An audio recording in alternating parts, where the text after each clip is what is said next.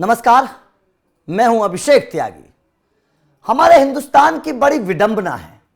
विडंबना यह है कि जिस हिंदुस्तान में यह कहा जाता है कि मुसलमानों के साथ अत्याचार होता है, जिस हिंदुस्तान में यह कहा जाता है कि मुसलमानों की हितैषी ये सरकार नहीं है, जिस हिंदुस्तान में यह कहा जाता है कि मुसलमानों की आवाज को दबाया जा रहा है, उस हिंदुस्तान में मुसलमान सरेआम खड़े होकर ये कहते हैं, चैलेंज करते हैं सरकार को कि हम 15 मिनट पुलिस को हटा दो, हम फिर दिखाएंगे हिंदुओं को हमारी ताकत क्या। उसी हिंदुस्तान में मौलाना तौकीर रजा जैसे आदमी बरेली में दंगा भड़का देते हैं।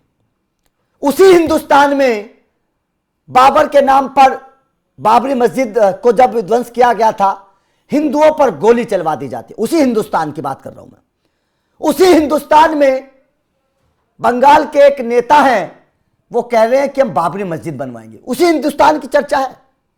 और ये वो हिंदुस्तान है जिस हिंदुस्तान पर बाबर ने अपना आक्रमण करके अपना शासन जमाया था। पानीपत की लड़ाई याद है ना? 1526 में पानीपत के प्रथम युद्ध में बाबर की लड़ाई इब्राहिम लोदी के साथ हुई थी और इब्राहिम लोदी को बाबर ने मात देकर मुगल साम्राज्य की नींव रखी थी। तो बाबर कोई भारत के घर का तो था नहीं, बाबर कोई मुसलमानों का आका तो था नहीं, बाबर कोई मुसलमानों का पूर्वज तो था नहीं, बाबर कोई दादा परदादा तो था नहीं, बाबर कोई ऐसा दार्शनिक तो नहीं था जिसने भारत के लिए कुछ अच्छा सोचा हो। बाबर ऐसा भी नहीं था जिसने भारत की बेहतरी के लिए कोई कदम उठाया हो। बाबर तो एक आक्रांता था।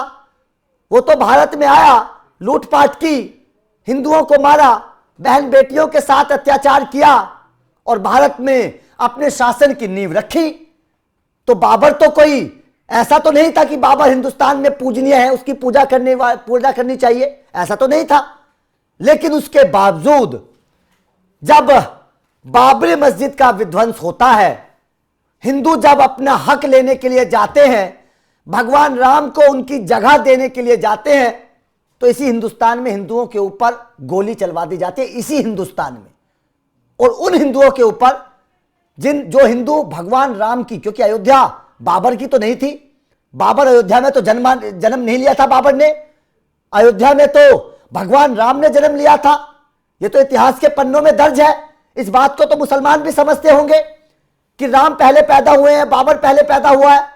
लेकिन उसके बावजूद जब बाबरी मस्जिद का विध्वंस होता है तो मुसलमानों की हितैषी सरकार, मैं कह सकता हूं, उन्होंने हिंदुओं के ऊपर गोली चलवा दी, हिंदू मारे गए। अपने हक के लड़ने के लिए हिंदू मारे जाते हैं। लेकिन यह बाबरी मस्जिद का मुद्दा सुलझने का नाम नहीं। तस्वीरें आप देख रहे हैं, बंगाल की तस्वीरें हैं। बंगाल में टीएमसी के नेता जो निकाल दिए गए, उन्होंने ऐलान कर दिया कि भाई साहब हम बाबरी मस्जिद बनवाएंगे पश्चिम बंगाल में, उसके लिए पैसा इकट्ठा हो रहा है। देखिए, यह उस बाबर के लिए पैसा इकट्ठा हो रहा है जिस बाबर ने हिंदुस्तान में आक्रमण किया। यह उस बाबर के लिए पैसा इकट्ठा हो रहा है जिस बाबर ने हिंदुस्तान में हिंदुओं को मारा। यह उस बाबर के लिए पैसा इकट्ठा हो रहा है जो हिंदुस्तान का आक्रांता था। लेकिन उस बाबर के लिए हिंदुस्तान के मुसलमान ईंट सर पर उठाकर ले जाते हैं और नींव रखते हैं।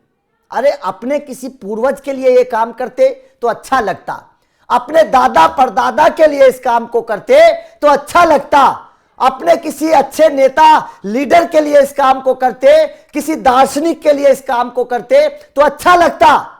लेकिन आप इस काम को किसके लिए कर रहे हैं? बाबर के लिए, जो आक्रांता था।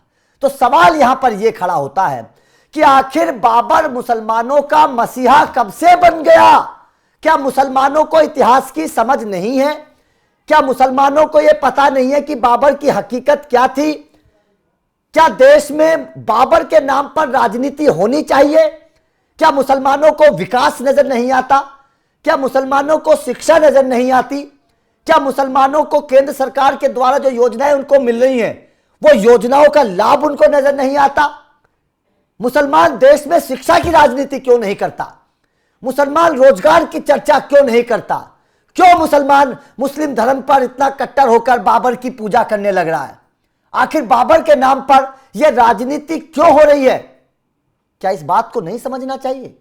क्या मुसलमानों के जहन में यह बात नहीं होनी चाहिए कि बाबर के नाम पर राजनीति करने की बजाय रोजगार के नाम पर राजनीति की जाए, शिक्षा के नाम पर राजनीति की जाए? ये ईंट अगर किसी स्कूल की नींव के लिए रखी जाती, किसी अस्पताल की नींव के लिए रखी जाती, किसी गरीब के घर के लिए रखी जाती तो शायद बेहतर होता। जिन ईंट को सर पर रखकर मुसलमान ले जा रहे हैं बाबर की मस्जिद बनवाने के लिए, अगर ये ईंट किसी अच्छे काम के लिए रखी जाती तो बेहतर होता। लेकिन बाबर को पूजना है, बाबर मसीहा है, बाबर के नाम पर क्योंकि वोट मिलेंगी इसीलिए मुसलमानों का मसीहा बन गया है बाबर। और उस बाबर की चर्चा होने लगी है, उस बाबर को एक बहुत बड़ा मानकर, उसको गाजी मानकर ये कहा जा रहा है कि बाबर जो है हम उसकी मस्जिद बनवाएंगे और बाबरी मस्जिद की चर्चा होने लगी है। तो कहीं ना कहीं हिंदुस्तान की राजनीति पर अब सवाल खड़े होते हैं, खासतौर पर उन प्रदेशों में जहां पर विपक्ष की सरकारें हैं।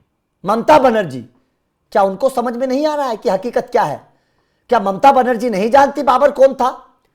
क्या ममता बनर्जी की सरकार ने हुमायूं के ऊपर जो इस ऐलान को कर रहा है उसके ऊपर कोई एक्शन लिया? क्या ममता बनर्जी को नहीं पता है कि बाबर आक्रांता था? क्या बाबरी मस्जिद का जो विध्वंस हुआ उत्तर प्रदेश में, क्या ममता बनर्जी बंगाल में भी उसी तरीके का विध्वंस कराना चाहती है? क्या उसी तरीके से मारकाट कराना चाहती है? क्या उसी तरीके से पोलराइजेशन करना चाहती है हिंदू मुसलमानों के बीच? मुसलमानों के इस काम को देखते हुए क्या ममता बनर्जी को नहीं समझ में आया कि यह काम गलत है? ये जो नींव बाबरी मस्जिद की रख रहे हैं मुसलमान बंगाल में, इससे बवंडर मचेगा। क्या ममता बनर्जी को यह चीज समझ में नहीं आ रही है? समझ में आ रही है, लेकिन वोट चाहिए, वोट चाहिए ना। तभी तो एक तरफ बाबरी मस्जिद की नींव रखवा रही हैं ममता बनर्जी और दूसरी तरफ घंटी बजा रही हैं मंदिर में जाकर, क्योंकि उनको पता है, क्योंकि हिंदू एक होने लगा है। वो जानती हैं कि बंगाल का हिंदू नहीं, पूरे हिंदुस्तान का हिंदू एक होने लगा है। वो समझने लगा है, वो जानती हैं, वो समझती हैं। इसीलिए वो एक तरफ मंदिर में घंटी अपने आप बजा रही हैं और दूसरी तरफ वहां पर बाबरी मस्जिद की नींव रखवा रही हैं, ताकि दोनों तरफ से माल बटोरा जा सके, दोनों तरफ से वोट बटोरी जा सके। यह है हिंदुस्तान की हकीकत आज के वक्त में। और इस तरीके की राजनीति अगर होती रहेगी तो हिंदुस्तान की जनता इसी तरीके से परेशान रहेगी। खासतौर पर मुसलमानों की मैं चर्चा करता हूं। ये बोलते हैं ना मुसलमान कि हम जागरूक कैसे बने, हम रोजगार कैसे मिले, कैसे शिक्षा बढ़े, हमारे बच्चे क्यों नहीं उतने पढ़ पाते। अरे भैया, जब आप उतना ध्यान नहीं देते हो, शिक्षा की चर्चा नहीं करते हो, रोजगार की चर्चा नहीं करते हो, तो कहां से पढ़ेंगे बच्चे, कहां से रोजगार मिलेगा? आप उस तरीके की राजनीति नहीं करते।